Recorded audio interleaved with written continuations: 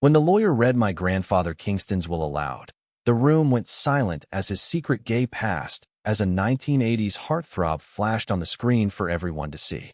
In that moment, staring at the faces of my shocked family in the stuffy Los Angeles office, I, Miles Thompson, felt the ground shift beneath me because the letter he left specifically for me demanded I face a truth I'd buried deeper than any family secret. The tape ended with Kingston's face filling the frame, his once famous blue eyes now tired but steady. "I lived a lie for 40 years, he said, voice cracking like old film stock. "They took my career, my name, everything because I loved a man.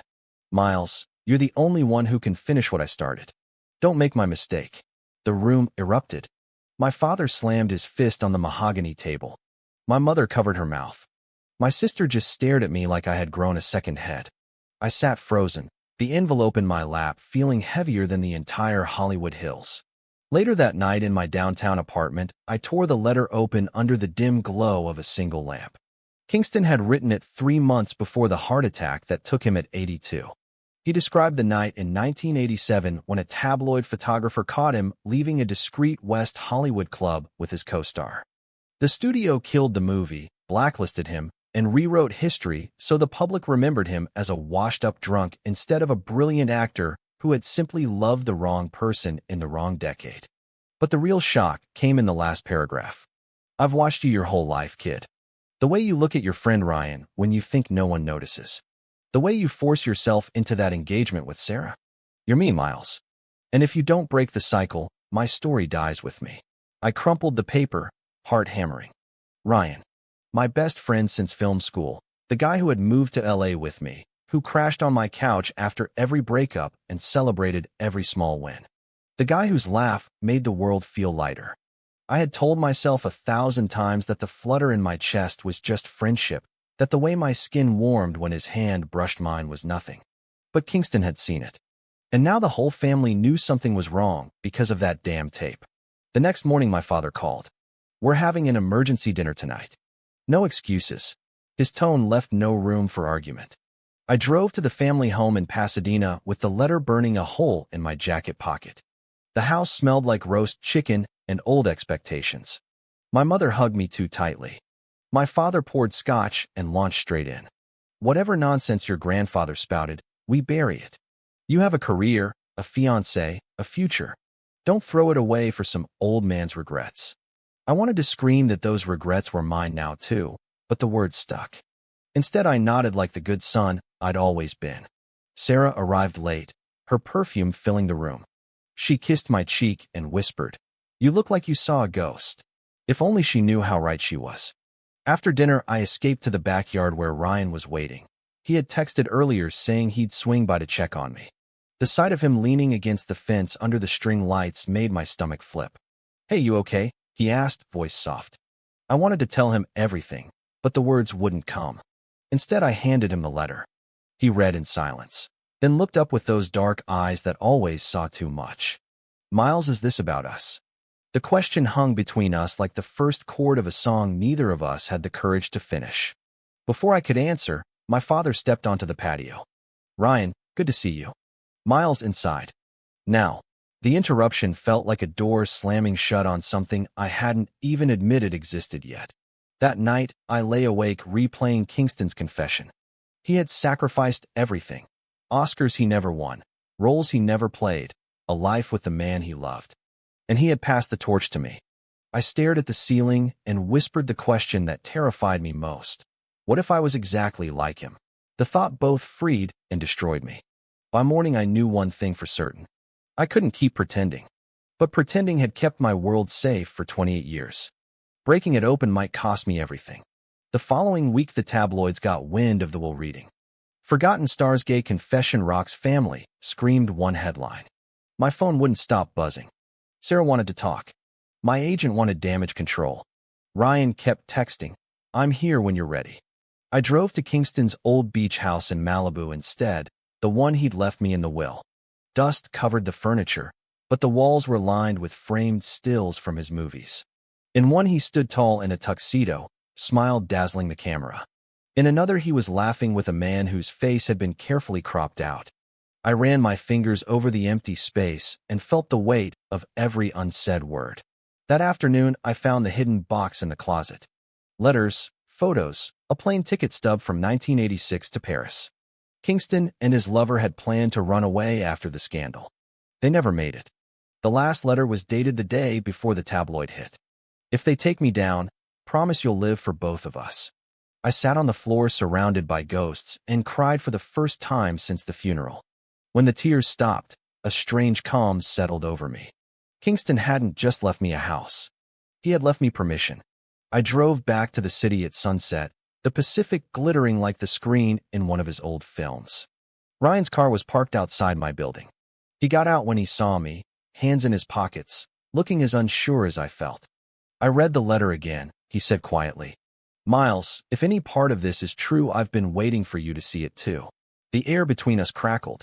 For the first time, I didn't look away. I stepped closer, heart racing, and whispered, I see it now. The words left my mouth and the world didn't end. Ryan's face softened into something I had never let myself name before, hope.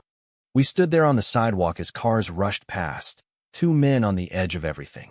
Then he pulled me into a hug that felt like coming home after a lifetime away. No one stared. No lightning struck. Just the steady beat of his heart against mine and the faint scent of his cologne that I had secretly memorized years ago. Inside my apartment, we talked until the city lights blurred into dawn. He told me how he had fallen for me the first week of film school when I defended his short film in front of the whole class. I told him how I had dated Sarah because it was easier than admitting the truth to my father, who still referred to gay men as those people at Thanksgiving. We didn't kiss that night. We didn't need to. The decision to stop hiding was bigger than any single moment. The next morning, reality crashed in. My father called at 7 sharp. The studio wants a statement. Deny everything your grandfather said. Say he was confused, senile, whatever. Protect the family name. I hung up without answering. Sarah showed up an hour later with coffee and questions. Miles, people are talking. They're saying you're like him. Her voice trembled. I looked at the woman I had planned to marry and felt nothing but guilt. Sarah, I can't do this anymore. Not to you, not to me. The breakup was quiet, almost gentle. She cried, but she also said she had suspected for a long time. Watching her leave, I realized Kingston had been right. I had been living someone else's script. Ryan and I spent the weekend at the Malibu house sorting through Kingston's things. We found a leather journal filled with daily entries from 1985 to 1992, page after page of love and fear. Today I held his hand under the table at the wrap party. No one noticed. For 3 minutes I was free. Ryan read aloud, voice thick.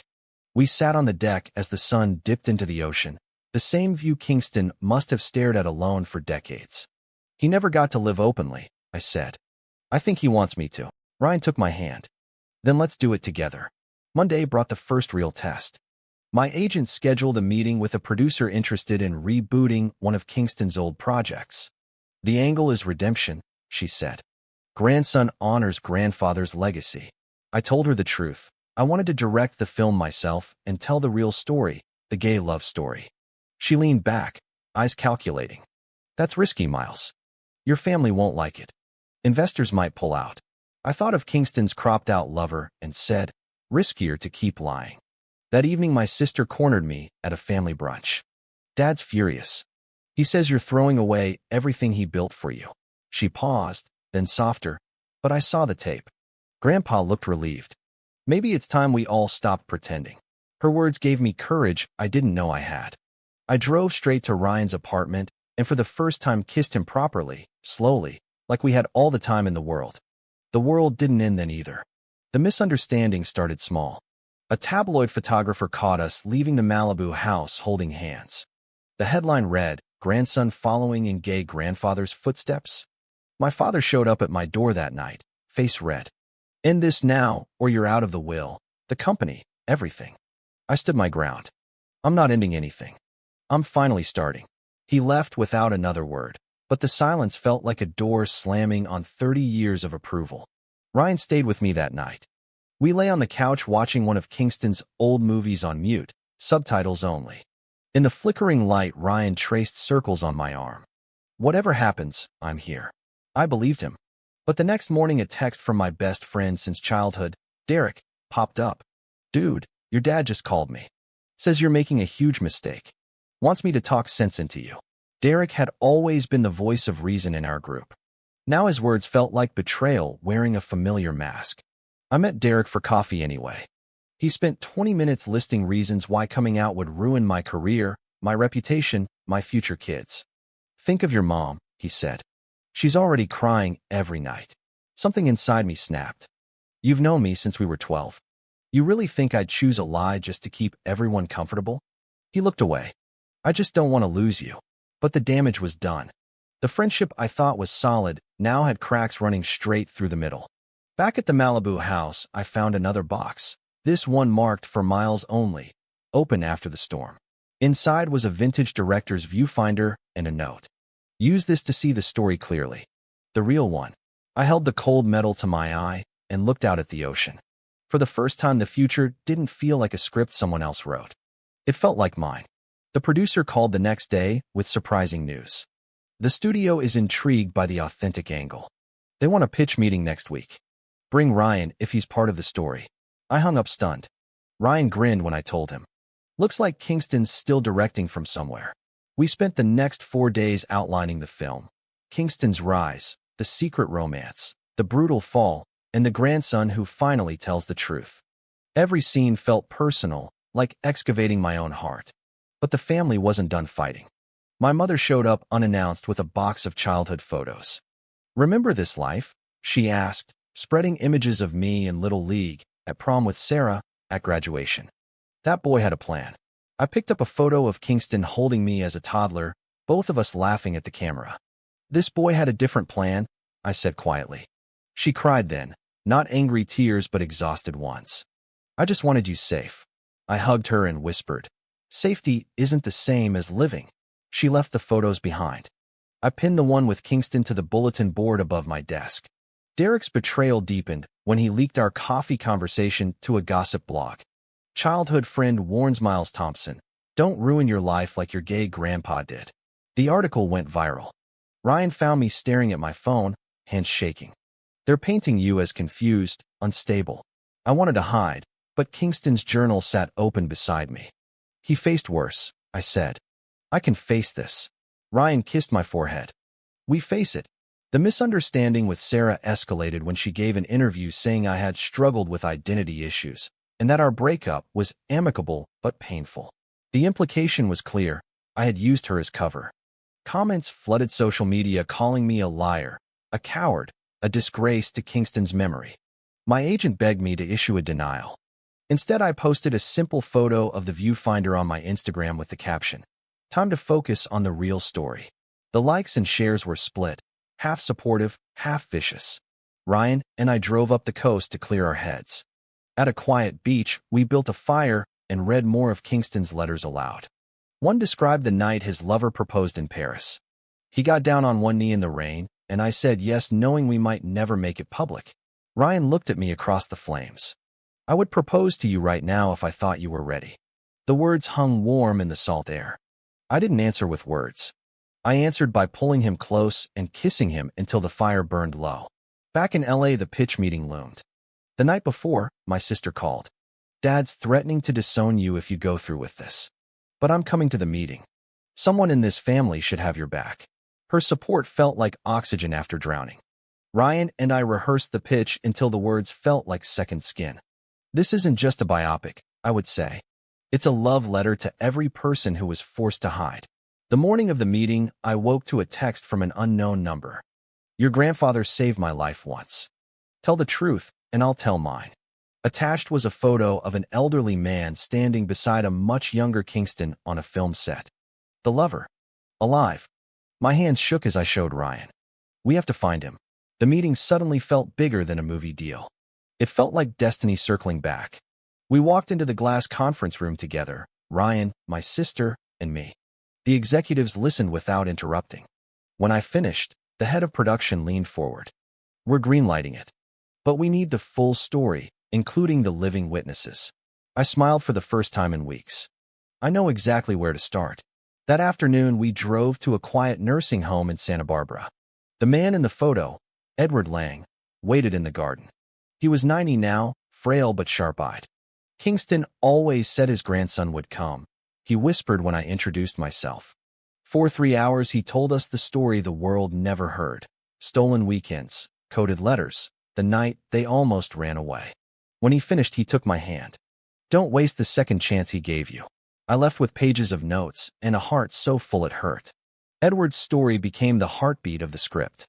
We wrote late into the nights, Ryan at the laptop, me pacing with the viewfinder, my sister bringing coffee and quiet encouragement. The more we wrote, the more I understood Kingston's sacrifice wasn't just about love. It was about protecting the people he cared for from the same pain. But protecting them had cost him everything. I refused to pay that price. The first major betrayal came from inside the studio. A junior executive leaked early pages of the script to the press. Miles Thompson's gay grandpa movie will destroy family legacy. My father called immediately. You're dead to me. The words landed like a punch I had been expecting, but still wasn't ready for. I sat on the Malibu deck staring at the ocean until Ryan wrapped a blanket around my shoulders. He'll come around, he said. I wasn't sure. Sarah's mother posted a long Facebook rant accusing me of breaking her daughter's heart and dragging the family name through the mud. Comments poured in from distant relatives I hadn't spoken to in years. The pressure built until I snapped one night and drove to my parents' house at 2 a.m. My mother answered the door in her robe. He won't see you, she said, but her eyes were red. I left a copy of the latest script pages on the porch with a note. This is who I am. I hope one day you can love me anyway. Ryan suggested we take a weekend away from the noise. We rented a cabin in Big Sur and turned off our phones.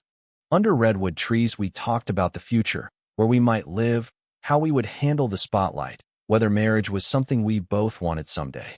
The conversation felt like the most adult thing I had ever done. When we kissed under the stars, it carried no shame, only certainty. Back in the city, the production office buzzed with energy. Casting calls went out. Edward agreed to a cameo. But the family silence grew louder. My sister called one evening. Dad saw the leaked pages. He's talking about changing his will. I expected anger, but all I felt was sadness. Kingston had lost his family too. History was repeating, yet I refused to let it win. The misunderstanding that nearly broke us came from Derek. He showed up at my door drunk and angry. You chose him over 20 years of friendship? Over your own blood. He shoved the tabloid article in my face, the one with the beach photo of Ryan and me. Your dad asked me to talk to you because he still loves you. But you're throwing it all away for some guy. Ryan stepped between us. He's not some guy. He's the person Miles was always meant to be with. Derek laughed bitterly and left. The next morning, he posted an apology online, but the damage to our friendship felt permanent. Production began anyway. The first day on set, I held the viewfinder to my eye and called action on the scene where young Kingston meets Edward. Watching the actors brought tears I didn't hide. Ryan stood beside me, hand on my shoulder. In that moment, I understood the real inheritance wasn't money or fame. It was the courage to live openly. Halfway through filming, my mother appeared on set. She watched quietly from the sidelines all day. At wrap, she walked up and hugged me. Your grandfather would be proud. I'm trying to be too. It wasn't full acceptance, but it was a crack of light in a door I thought had slammed shut forever. That night, Ryan and I sat on the same deck, where Kingston once wrote his secret letters. We're almost done with the film, I said. But the real story is just beginning. He smiled and pulled a small box from his pocket. Inside was a simple silver ring. Not a proposal yet, he said. Just a promise that whatever comes, family, fame, fallout, we face it together. I slipped the ring on and kissed him under the same stars Kingston had once wished upon alone. The film wrapped on a crisp November morning. The final scene showed an older Kingston looking into the camera, played by Edward himself, whispering, "Tell them the truth." When the director yelled cut, the entire crew applauded. Ryan and I stood arm in arm, the weight of 6 months of work lifting like morning fog. But the real test was still ahead, the family screening. I sent invitations to everyone, including my father. The reply came in a single line from his assistant. Mr. Thompson will attend. The night of the screening, the theater filled with studio executives, cast, and a handful of relatives. My mother sat in the front row clutching my sister's hand. My father arrived late, face unreadable. Ryan sat beside me, our fingers laced in the dark. The lights dimmed. For 2 hours, the story unfolded exactly as Kingston had lived it: joy, fear, betrayal, and the quiet dignity of a man who never stopped loving. When the final credits rolled over a photo of Kingston and Edward in 1986, the theater stayed silent for a long beat. Then my mother stood and started clapping. Others followed. My father remained seated, jaw tight. I held my breath. Afterward, he approached me in the lobby. "You made him look like a hero." His voice cracked. "He was a hero," I answered. For the first time in months, my father looked at me, not as a disappointment, but as a man. "I don't understand it," he said. "But I see you. And I see him in you." It wasn't perfect. It wasn't the embrace I had secretly hoped for. But it was a beginning. The film premiered at Sundance to standing ovations. Critics called it a landmark in queer cinema and a love letter to the generation that came before. Offers poured in.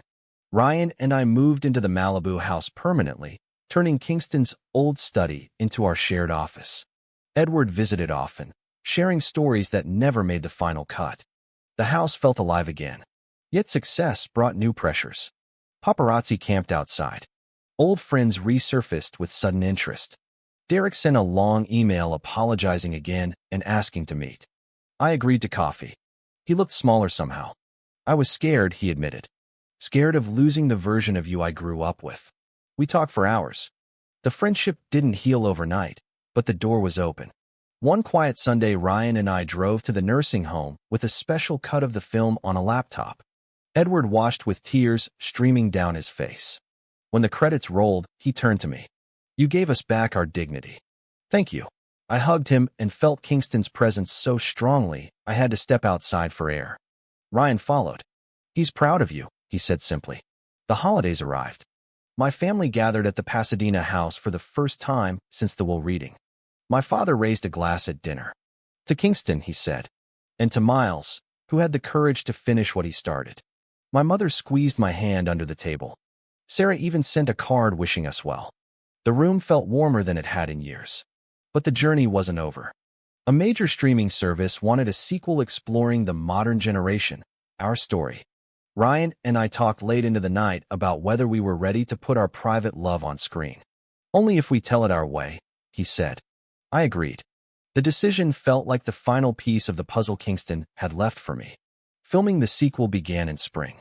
This time the cameras followed us, Ryan and me, navigating the same questions Kingston once faced. How much of your heart do you share with the world, and how much do you protect? Every scene forced me to confront the fears I thought I had buried. Ryan's steady presence kept me grounded. We argued sometimes, laughed more, and grew closer with each take. My father visited the set one afternoon.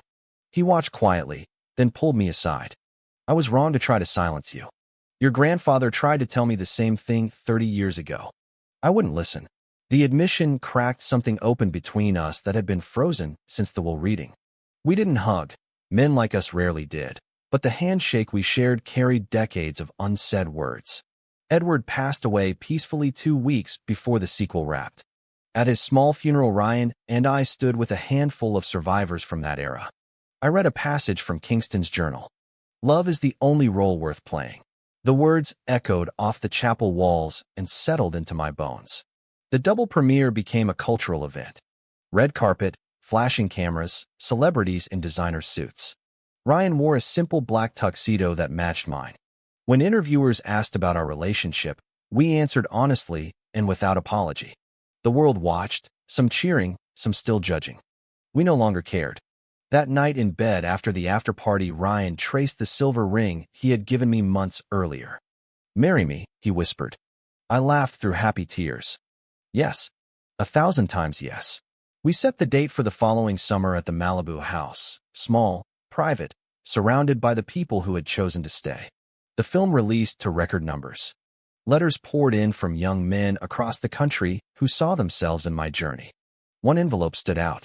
It was from my father. Inside was a single photo of Kingston holding baby me, with a note. "I'm proud of the man you became. Let's make new memories." I pinned it next to the old one on the bulletin board. The circle felt complete. Months later, Ryan and I stood on the same deck where everything began, watching the sunset paint the ocean gold. The house was filled with laughter, my sister and her new girlfriend, my mother planning the wedding menu, Edward's grandson who had become a close friend. Life had rewritten the ending Kingston never got to see. I thought of the boy I used to be, terrified of the truth in my own heart. I thought of the man Kingston had been, brave enough to pass the torch even from the grave. And I thought of the future stretching ahead with Ryan beside me. The journey had been painful, beautiful, and entirely ours. True or false? Choosing love over legacy always costs more than it's worth.